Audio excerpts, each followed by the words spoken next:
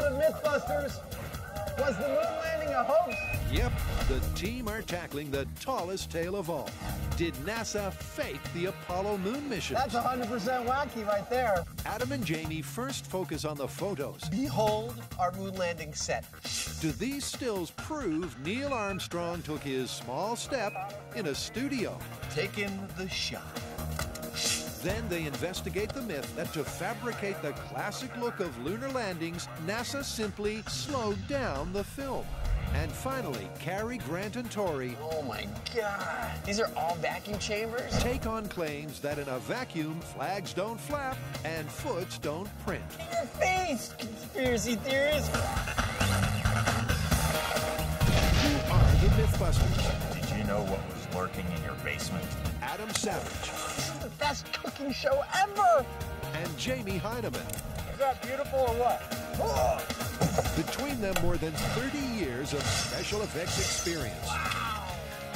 Joining them, Grant Imahara, That was crazy. Cary Byron, Let's go. and Tori Belleci. Is this as disturbing as I think it is? They don't just tell the myths, they put them to the test.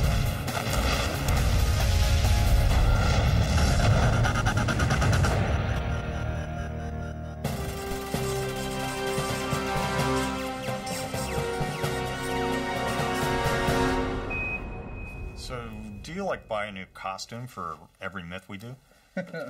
Sometimes, but in this case, I had my own spacesuit in my personal collection. Just brought it out because it was appropriate. Of course you did. Well, let me guess. We're doing what? Moon landing myths? We are! Perhaps one of the biggest myths of all is that NASA faked the moon landing and perpetrated a hoax on the American people. So pervasive is this myth that 20% of Americans today still believe it, and we're taking it on. Well, how are we going to do that? The number of claims are massive. I mean, they range from photographs to heat signatures to footprints. I know there's a lot of them. I think what we should do is cherry pick the most common ones and piece the truth together as best we can. Like a jigsaw puzzle. Exactly. This is launch control. We passed the 6-minute mark in our countdown for Apollo 11, the flight to land of the first men on the moon. Good luck and Godspeed. 10, 9, ignition sequence start.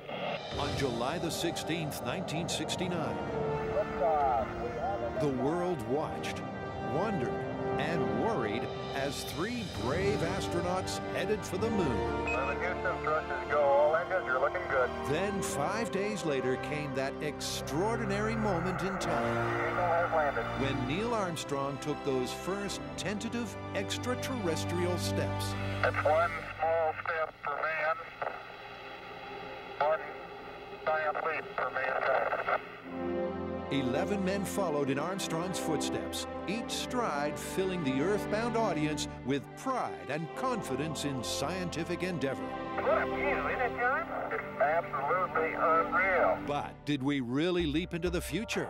Or were we pushed into believing a giant PR stunt? Did NASA pull off the greatest cover-up in human history? Oh, yeah. Perfect. Growl like a tiger. Mew like a kitten. Guess what our first myth is? Still photography? Yes! Most of the alleged evidence that NASA faked the moon landings comes from NASA's own photography, which theorists claim shows clear evidence the moon landing was faked in the studio and could not have been filmed on the moon. Say hoax. Hoax! So these are the photos the guys will focus on. According to Apollo hoax advocates, this shot was taken in a studio because the shadows are not parallel. Supposedly, that's something that could only happen with multiple light sources. Then there's this image of an artfully lit astronaut. Conspiracy cheerleaders claim if he really was standing in the shadow of the moon module, you wouldn't be able to see him so clearly. You know what? Let's do parallel shadows first. How do you want to test it? Oh, I think we should do a large miniature because we can test the placement of all the various elements. It's kind of a complex thing. Yeah, we need a lot of control over those elements. Exactly. All right, let's do it. So, first up, the guys need a single, super-sized light source to stand in for the sun. Amy. I'd like to introduce you to your son. And Bright Spark Adam has found a monster studio light That's pretty bright. to illuminate the experiment. Over here, I look like one of the aliens in Close Encounters. That's the solar. Now for the lunar. Cue the build montage, because Jamie's making a moon. I've got a good first start on my lunar set. It's just spandex and, let's see, Portland cement with a little bone black, which is basically black powder. As luck would have it, we just happen to have one of these sitting around the shop, and it's perfect for a miniature set. It's 1/76th scale. That could not be better. What do you say we turn on the lights and see what our shadows look like? Yeah, let's see the light. Let's turn it around. I'm spinning around. Watch your eyes. What do you think? Works for me. We've had the lights, and there's been plenty of action. So where's the... This is the camera that we're going to use. It's a Hasselblad that's very similar to the one that was used on the moon, except that we put a digital feed out the back so that we can look at the images in real time on a monitor and make comparisons to the original shots. All right, with our sun in place, man, in addition to looking totally freaking awesome, it's pretty clear here, with the ship and the rocks both on a flat surface, that their shadows are totally parallel. And that is what the myth proponents say the NASA photo should look like. Instead, you can see the rock and landing module shadows are in different planes. Now we need to figure out what it would take to make them not parallel. Yeah, let's play with the topography underneath it and see what we can get. Conspiracy theorists say there's only one explanation for this. 2 light sources. And since there's only one light source on the moon, and that's the sun, That's really kicking it forward. this has to be shot in a studio. We're positing that it's the topography of the moon causing these shadows of the rocks to look like they're not parallel, when in fact they are, and that's what we're trying to imitate here. It's all just about adjusting this directly to the light. What Adam and Jamie have done is simply give the miniature lunar landscape some realistic contours and imperfections. That's perfect. Is it? Yeah.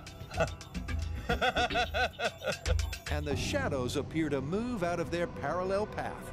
And Adam, happy, Dude, your setup looks perfect. takes his snap. Taking the shot. So I can hear what you're saying. You're saying, but you guys replicated the moon shot on a set, and you're special effects artisans. In fact, you're exactly the guys that would have hired to do this kind of thing in the first place. That's not the point. The point is we're addressing the specific claim by conspiracy theorists that this photo has only one explanation, and that's 2 light sources. We've demonstrated here 2 shadows which are parallel from a single light source, which we've made look far off parallel using only the topography that they're sitting on. And I guess that means it's busted. Totally busted. You can achieve shadows that do not look parallel from a single light source.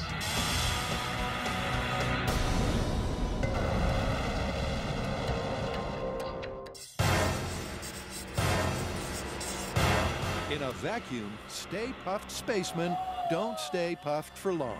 That's what happens to you in space if you don't have a spacesuit. Oh, he's like a raisin. Well, as much as I love busting out the vacuum chamber, what does the marshmallow astronaut have to do with the moon? Okay, well, as we know, the surface of the moon is a vacuum. And some of the conspiracy theories contend that the moon landing footage is fake because some of the things that they did are impossible to do in a vacuum. That's right. There's the one theory about the flag. A lot of people think it looks like it's flapping in the wind. Now, that would be impossible in a vacuum because no air, no wind. Someone actually told me a good one about the footprints. The idea is that the astronauts couldn't leave such distinct footprints on the moon because there's no moisture in a vacuum, and the moisture is what holds the footprint together. So how are we going to test this one? I think we're going to need a bigger vacuum. And like way more marshmallows. These vacuum theories are some of the more convincing in the conspiracy canon. After all, it appears logical that the breeze that fluttered the flag just couldn't be there on the moon. And anyone who's taken a walk on a beach knows only wet sand leaves a definite footprint. So with no moisture on the moon, then these images must be fake. Okay, so we're going to have to replicate the conditions of the moon as close as possible here on Earth. Well, I think the closest we're going to get are the vacuum chambers in Alabama at NASA. Yeah, but we're not allowed to go into the vacuum chamber. So the experiments that we make, they're all going to have to be operated remotely. Okay, well, I'd like to do the flag test and build it to the original NASA specifications and then figure out some way to turn it like the astronauts did. All right, well, I'm going to take care of the footprint myth. I was wondering if you could help me with an experiment to demonstrate the whole theory behind this myth. Boys, don't fight. Playing me to go round. Outside M7, Tori sets up the demo with the closest thing he can find to lunar dust. I decided to borrow my grandfather for this experiment. And I don't think my grandma will mind because, well, there's my grandma. Actually, it's plain old sand, one half of which Tori moistens. Now, conspiracy theorists say that this clean of an imprint is impossible because you need moisture, and since there's no moisture on the moon, this cannot happen. Now, I'm going to demonstrate what they're talking about with the sand here. I have dry sand and I have wet sand. We're going to have Carrie put on a moon boot, not a moonwalk. Okay, so the answer is no. She's going to step in both, and we're going to see what kind of impression is left behind. Okay, ready? Yep. All right, do the wet. The wet sand is definitely cleaner than the dry sand. Yeah, you've got some really good hard lines in the wet sand. Yep, the moisture makes the difference. Without it, the imprint is indistinct and nothing like Buzz Aldrin's famous boot print. Now all we need to do is go to the moon and try this for real. I'm just kidding, we don't have the budget. To the moon, Tori! To the moon!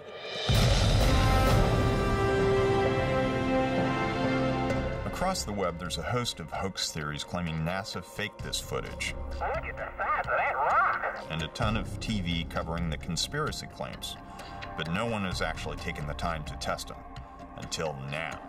We'd like to dedicate the first step of Apollo 17 to all those who made it possible. The next task in our moon myth-busting is this photo here. What conspiracy theorists say is that he's too well lit. You can see him clearly, yet he's in this black shadow of the LEM. There's only one light source on the moon. That's the sun. Conspiracy theorists claim there must be a second one making him visible, and we're going to find out. And to do just that, the guys are going to shine a substitute sun on the very model of a modern miniature landing module. Oh, and a surprisingly talkative toy astronaut. This is my 1/6 scale model of Neil Armstrong. I can tell it's Neil because he's got the red commander of the mission stripes on his suit. What's that, Neil? We really went to the moon. I know. But the thing is that in order to prove that, we got to take some photographs, and to take some accurate photographs, I got to make a ship for you, a home for you. Okay. So these rolls of paper behind me are actually a lunar landing module in Potentia, which I'm about to slap together. And courtesy of what's known in the editing biz as a few jump cuts, here it is. Conspiracy theorists are saying that the shot had to have been faked using a fill light. Personally, I think it's because the moon's surface is reflective. And when you think about it, you look at the moon on a clear night, it's obviously reflecting light back at you. That's why you see it. The question here is it enough to create this shot? To test Jamie's hypothesis that the mythical fill-in light is simply sunlight bouncing back off the moon's surface, the guys black out the set. Behold our moon landing set. Because it's all about reflectivity, we put blacks all around the shop, covered the whole set to eliminate any spill, any reflected light that's not coming directly from our moon's surface. That's the landing module, astronaut, lights, and camera sorted. Dude, this looks so cool. The only missing component is a moon dust analog that accurately reflects the reflective quality of the real stuff. The dust that covers the moon is called regolith. When the sunlight shines upon the moon, regolith reflects a certain amount of sunlight back towards Earth. That reflective quality is called its albedo. Now, the albedo of moon dust is between 7 and 10%, according to our sources at NASA. To make our version of regolith, we used Portland cement and charcoal powder. Now, to measure the albedo, or reflected light coming off of it, we used a light meter and our fake sun. 8%, dude, that is perfect. What we just showed with this test is that our sample regolith has a reflective index of about 8%, which makes it ideal for us to test with. The best part about working with Jamie is that he doesn't need a dust mask. The reason he's not wearing one is because his mustache provides all the particle filtering he needs. The mock-up moon's ready for its close-up, so it's probably time to up the jeopardy. Cue our resident drama king. The This is the moment of truth. We've got an accurately shaped and textured moon lander, and we've concocted an accurate moon surface that has the same reflectivity index as the actual moon. If the myth is to be believed, our astronaut on the dark side in the shadow of the lander is going to just fade to total black when we try and take a picture of him. All right, you ready? I'm set. All right, here we go. Taking the photo. Let's see.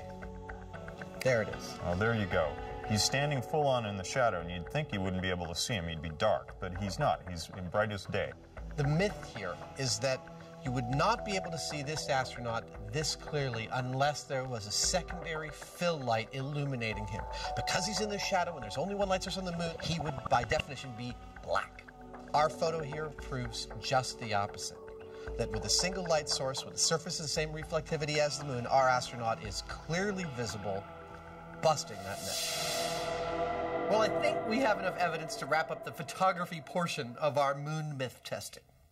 I agree. I mean, the conspiracy theorists had a lot of interesting ideas, but by the time you boil away all the hocus pocus, the explanation is really simple. And in our experience, the simplest explanation is usually the correct one. Exactly. Busted. Busted.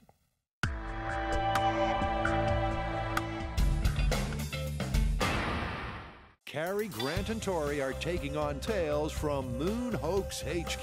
Conspiracy theorists believe the vacuum in space means these footprints are fake, and that flag shouldn't be flapping. This whole idea that the conspiracy theorists have is based on the fact that there is no wind or atmosphere in a vacuum, nothing to blow the flag around.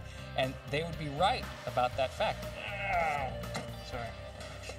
Shaft is a little tight in the hole. My belief is that the astronauts moved the flag around as they were planting it in the surface of the moon, and that momentum is actually what they saw as a breeze. So to test this, I'll be building a replica of the lunar flag assembly, and then we'll put that in a vacuum, and I'll build a mechanism to rotate it the same way the astronauts did.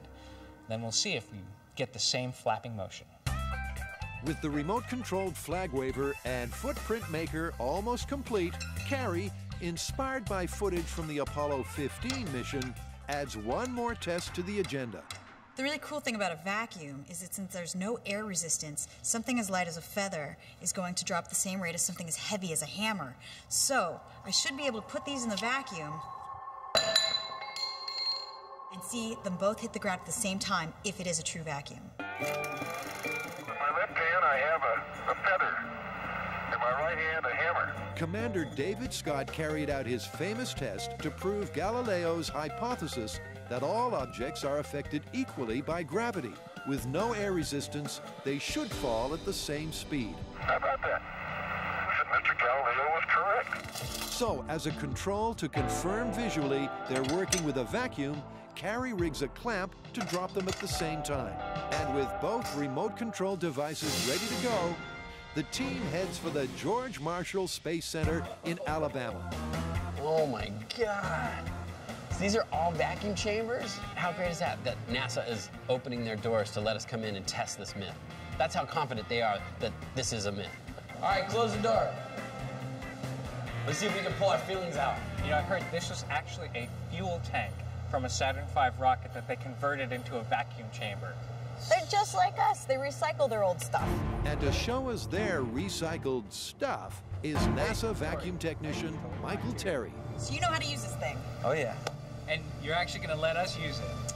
Yeah, I think I will. Let's just be careful. He's obviously never seen the show before.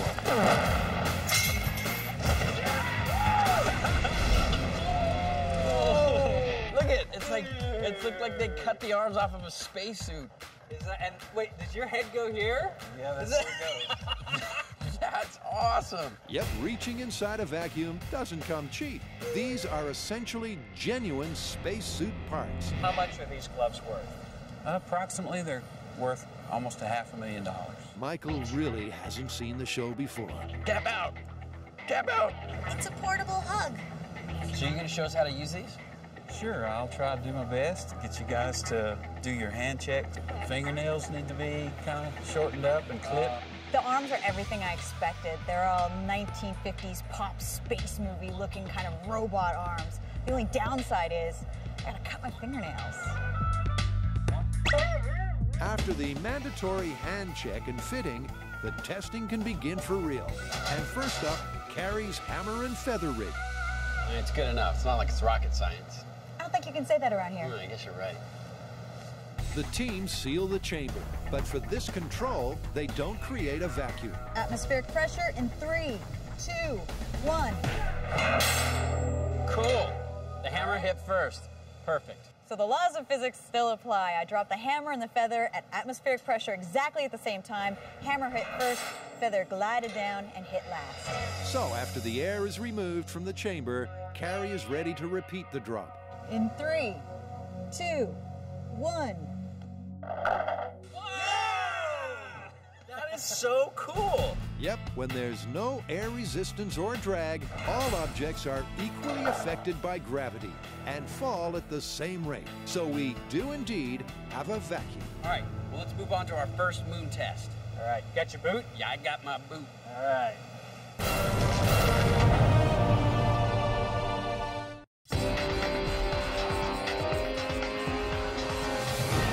You know, one of the other ways that conspiracy theorists claim NASA botched up their faking of the moon landing is evident, they say, in the movie footage of the astronauts jumping around in the moon's gravitational force. They say it was all done with camera trickery. Like messing around with the frame rates and stuff. Yeah, which falls into the category of special effects, which should be a cinch for us to test.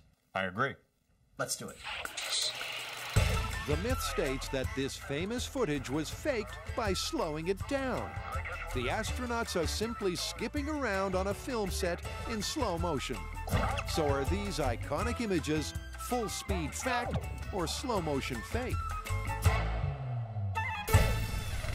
Specifically, what are the conspiracy guys saying? Well, they're claiming that when you look at the footage of the astronauts hopping around slowly in the moon's gravitational field, which is 1/6 that of Earth, that movement was achieved not by going to the moon, but by using a special camera which filmed the astronauts at a higher speed than normal, so that when it was projected back at a normal frame rate, the astronauts' movements were slowed down, imitating the way it would look on the moon.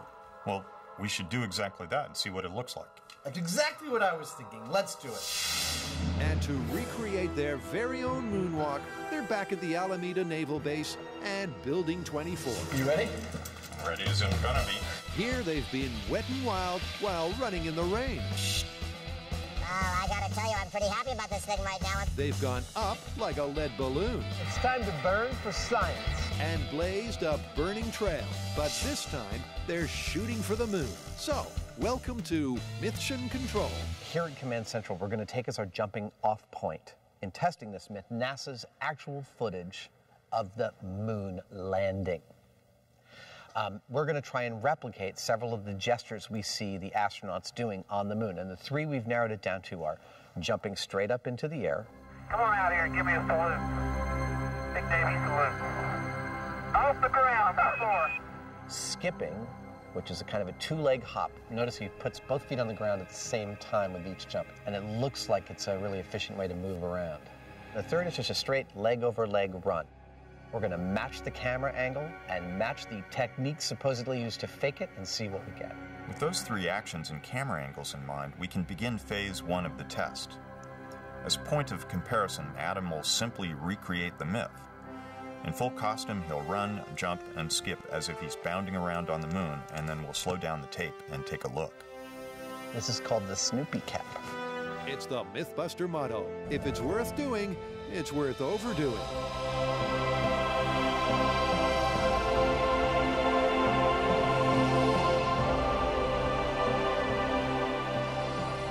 Let me take you on a little tour of what I'm wearing.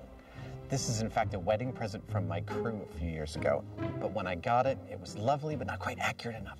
So I redid the gloves, I added my label, I did a wrist checklist, I did the correct watch, I added all the hardware attachments, all the labeling on the front pack and the backpack.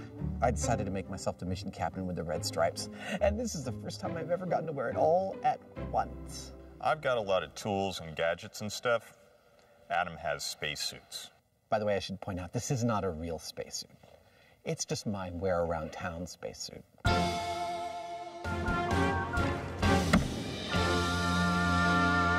out here and give me a salute.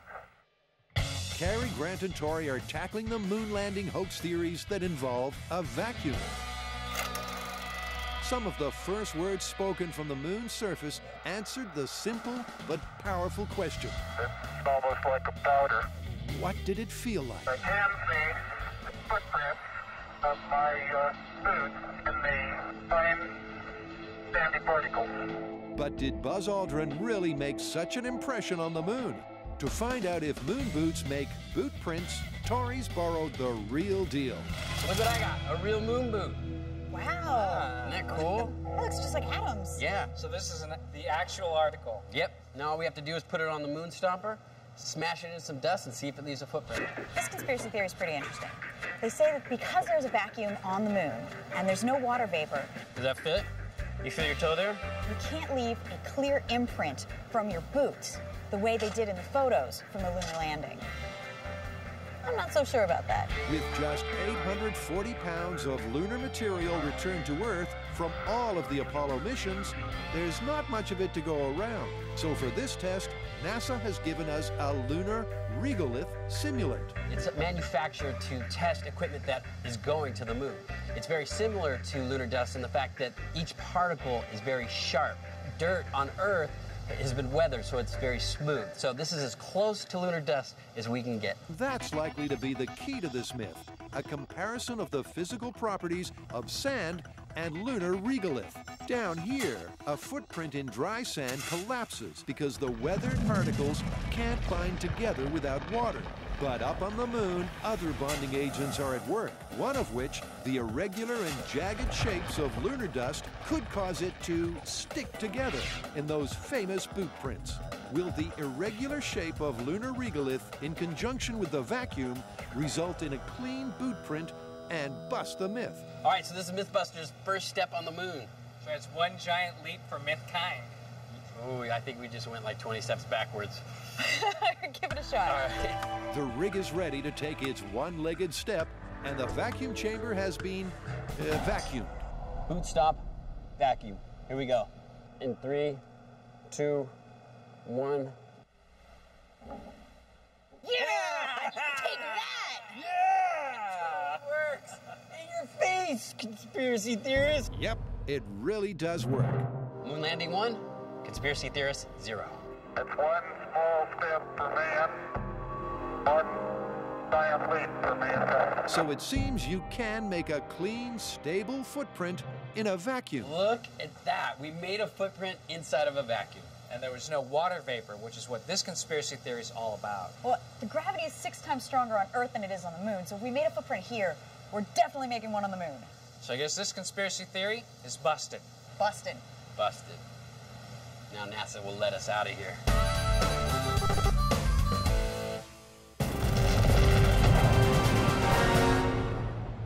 We choose to go to the moon in this decade and do the other things.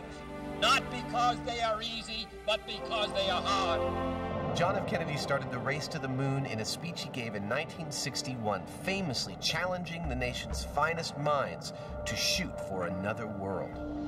Less than a decade later, they succeeded, and eventually 12 astronauts left their mark on the moon's surface. Or did they? To find out, Adam and Jamie are testing the myth that to fake the footage, NASA filmed it in a studio and then slowed it down. Yeah, I've seen the movement. I'm going to try and practice jump here. And to test that claim, Adam and Jamie will do exactly the same. By recording at 48 frames per second and playing back the tape at the regular 24, you get beautifully smooth slow motion. All right, do the run. With this effect, Adam's movements do have a certain weightless quality. But to be sure if it's the technique NASA used, we have to simulate 1/6 gravity, repeat the 3 actions, and then compare the footage. Now it's time to break out the gravity rig. And this was put together for us, purpose-built by Trapeze World. With years of experience in designing gravity-defying circus rigs, Trapeze World are the perfect guys for this job. So Graham, you got the rig all set up. How's it work? Well, we'll have Adam in a harness, which is attached to a set of bungees, which is then attached to a tracking system that allows us to move him forward and back.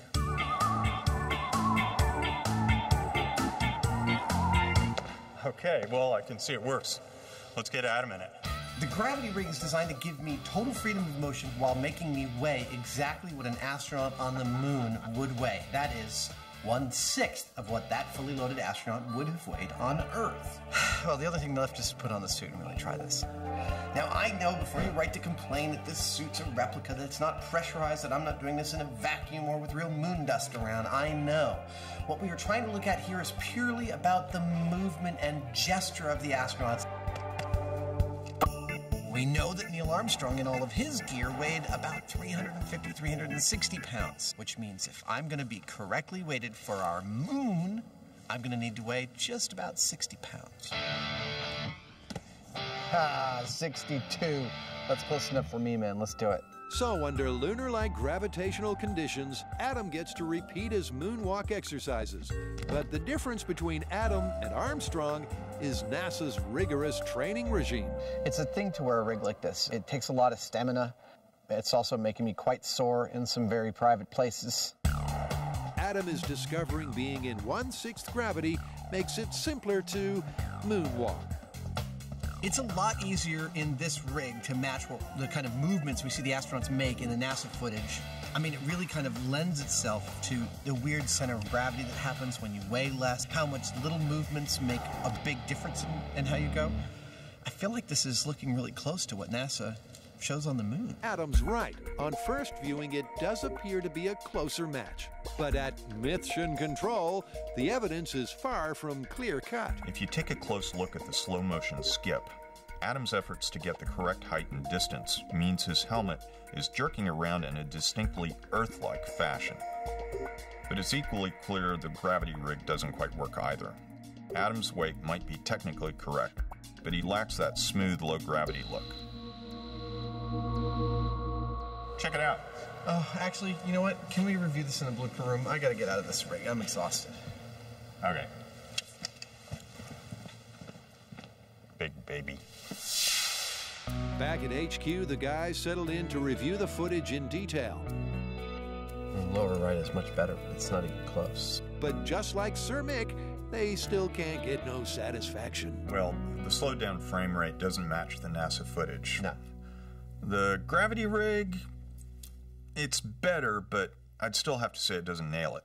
Yeah, neither of them are there. I wish that we could somehow get ourselves into a moon's gravity environment. Then I'd feel comfortable calling this one. That can be arranged. Really? Yeah, there's a company called Zero G, which offers the only FAA-approved weightless experience, and they do moon gravity as well. That is fantastic. Let's suit up and get out there. Okay.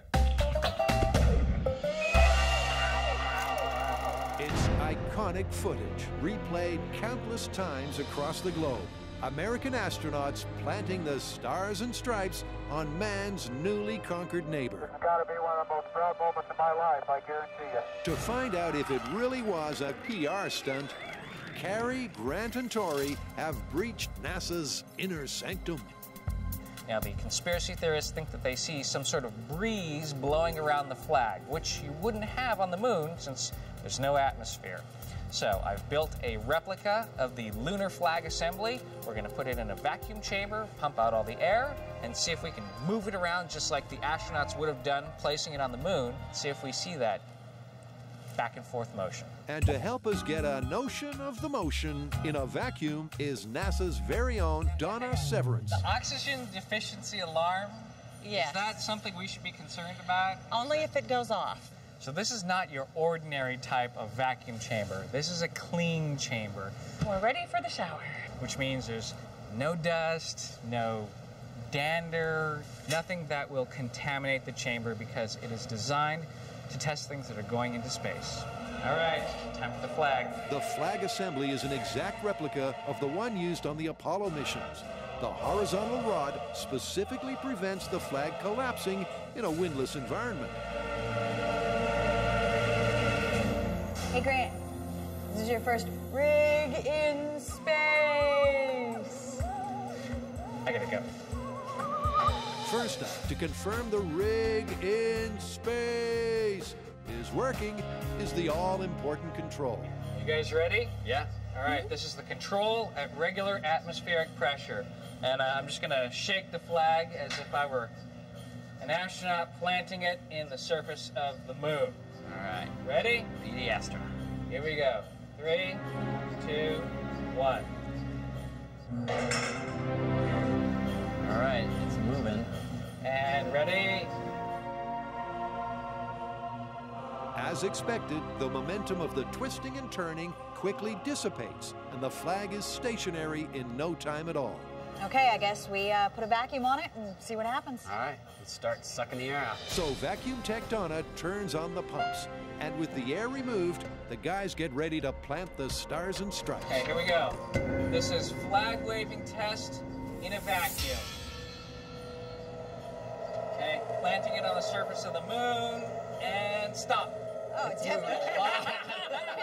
Hey, It's moving a lot. that's moving a lot. I mean, Still moving.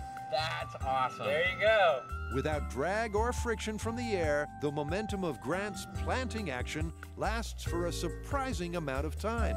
Could be mistaken for a breeze, Yeah. but it's lower air resistance.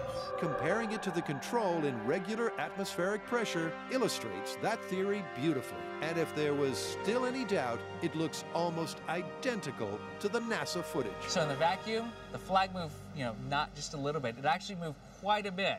So that proves you don't need wind in order to move the flag in a vacuum. So unless someone finds a shot of the flag flapping without an astronaut manipulating the flagpole, it's myth-busted. We've come all the way to Alabama to NASA to find out once and for all if the conspiracy theorists were correct. Where are we at? Well, we showed that a moon boot can make a footprint in lunar dust inside of a vacuum, so that one's busted. And momentum alone will keep a flag waving in a vacuum. You don't need any wind. So NASA 2, conspiracy theorists 0.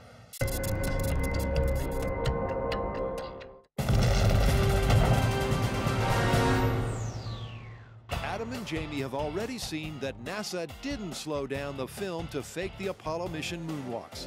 But to conclusively confirm that the footage was shot in 1/6 gravity, they decided they had to experience the real thing.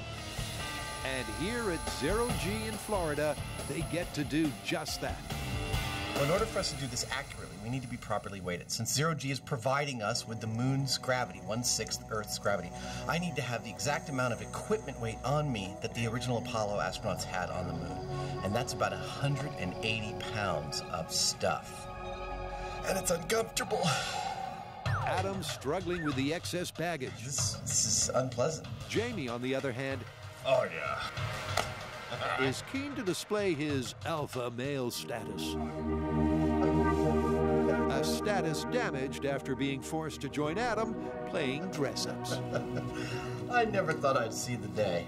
With the weigh-in complete, it's time for the pre-flight briefing with in-flight info from 0G's Elizabeth Underwood. Elizabeth, now that we're just about to go on, I want to know, how good a simulation of zero gravity is this? It's not a simulation at all. It is the real deal. It's the exact same technique that NASA's been using to train their astronauts for the last 50 years. And it works like this. A series of parabolic arcs will give the passengers the physical sensation of weightlessness.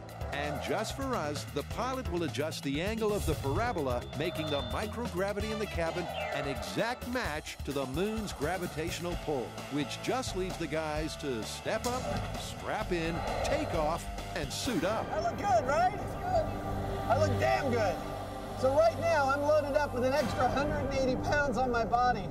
In a few minutes, we're gonna actually get to try this out in moon's gravity, and I gotta tell you, I can't wait.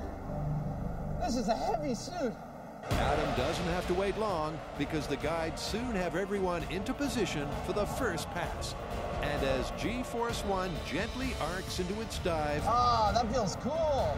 Adam and Jamie Oh, here it comes. know what it feels like to walk on the moon. Whoa! Wow!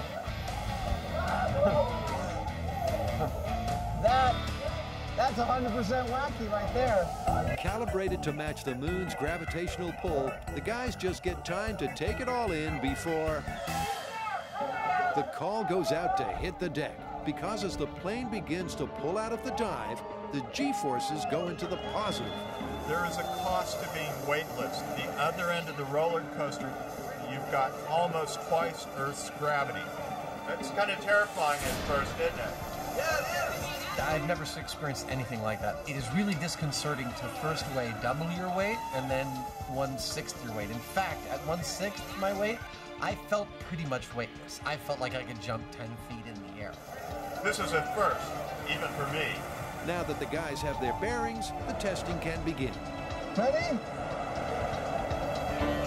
Adam copies the same run and skip as before.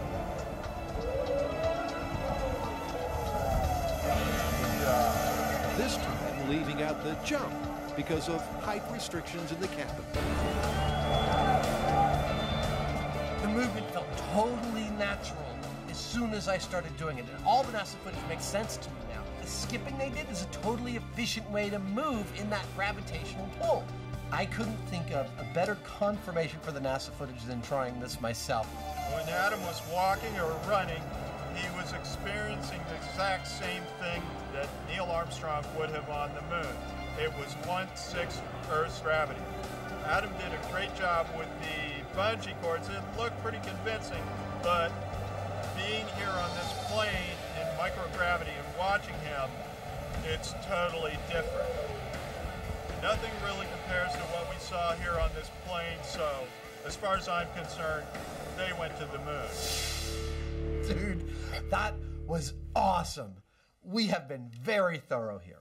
Yeah, you can't get much tidier than that. I mean, not only did we start out by replicating precisely the circumstances that theorists say were used to fake the moon footage, But we also put ourselves in a calibrated moon gravity environment. the theory that it's faked, busted. Busted.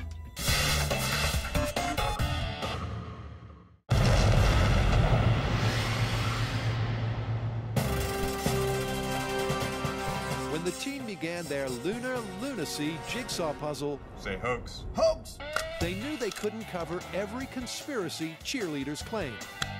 This is the moment of truth. But the few pieces they have put in place That means it's busted. Totally busted. tell the same story. Face, conspiracy theorists. With the fat lady waiting impatiently in the wings, there's time for just one final test. And not just any old test, but the ultimate proof of man's moon mission. To really put the final nail in the coffin, we should build our own rocket, which we've done before, and go to the moon, collect some of the Apollo hardware that was left there, and come back, and we'll prove that man actually was on the moon. I wish we could do that. I have, however, the next best thing. What's this? A reflector. In fact, it's called a retroreflector, made up of many tiny prisms just like this. And did you further know that the Apollo astronauts were nice enough when they visited the moon to leave several of these on the surface so that Earth-bound scientists could point lasers at it and gather information about the moon? So what you're saying is that we get a really big laser and point it at the reflector on the moon, and if we get a signal back, that means that we were, in fact, there. Precisely. Okay, it breaks down like this. A retroreflector bounces light back at the light source, regardless of the angle. This differs from a mirror where the angle of incidence has to be perpendicular. So, if there was a retroreflector on the moon, and we knew its exact location, and we had a powerful enough laser, we could detect the reflection and prove there is man-made equipment on the moon. What are we supposed to be doing? Technically, we're supposed to have a conversation about where we are. Oh, you mean like the Apache Point Observatory? This thing right here is the Apache Point Observatory.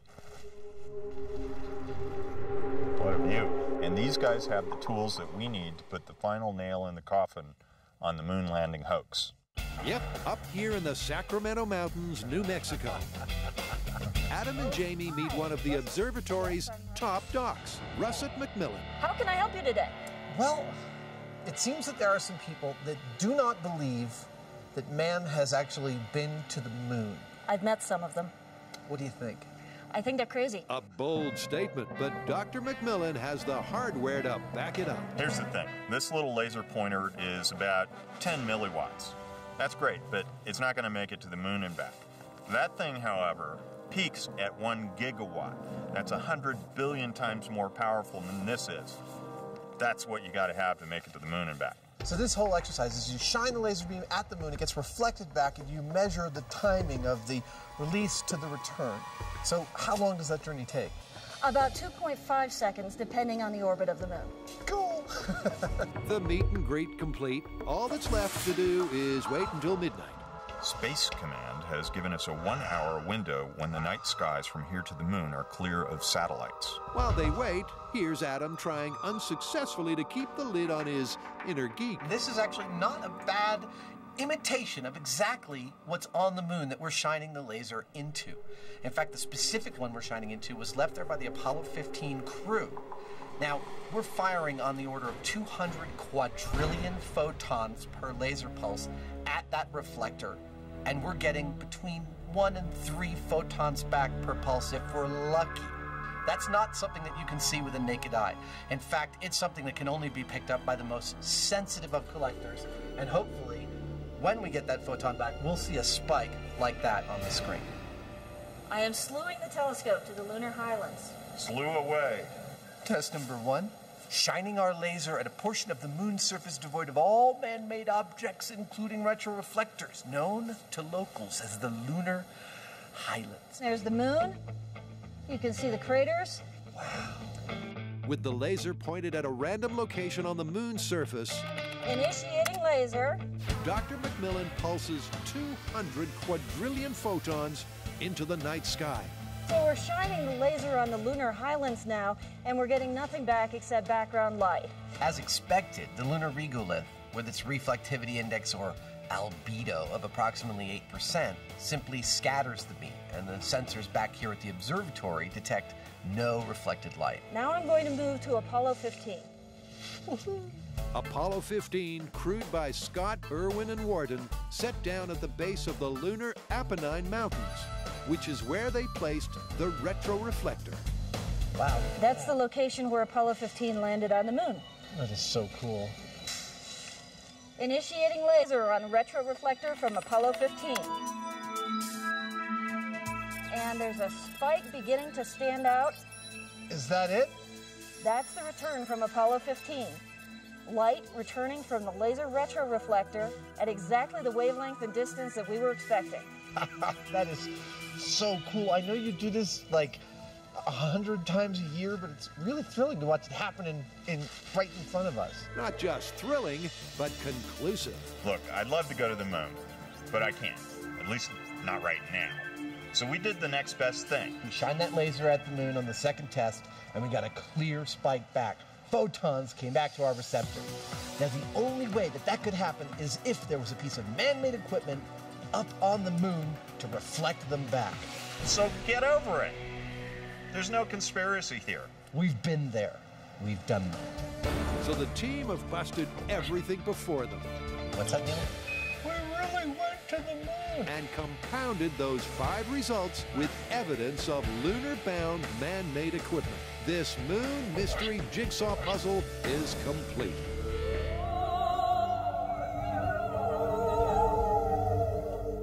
A lot of people ask us when we're going to run out of myths, and the fact is we haven't run out yet, and it's thanks to viewers like you that are logging on to discovery.com/mythbusters and posting your ideas. So if you've got some, post them. We might just use them.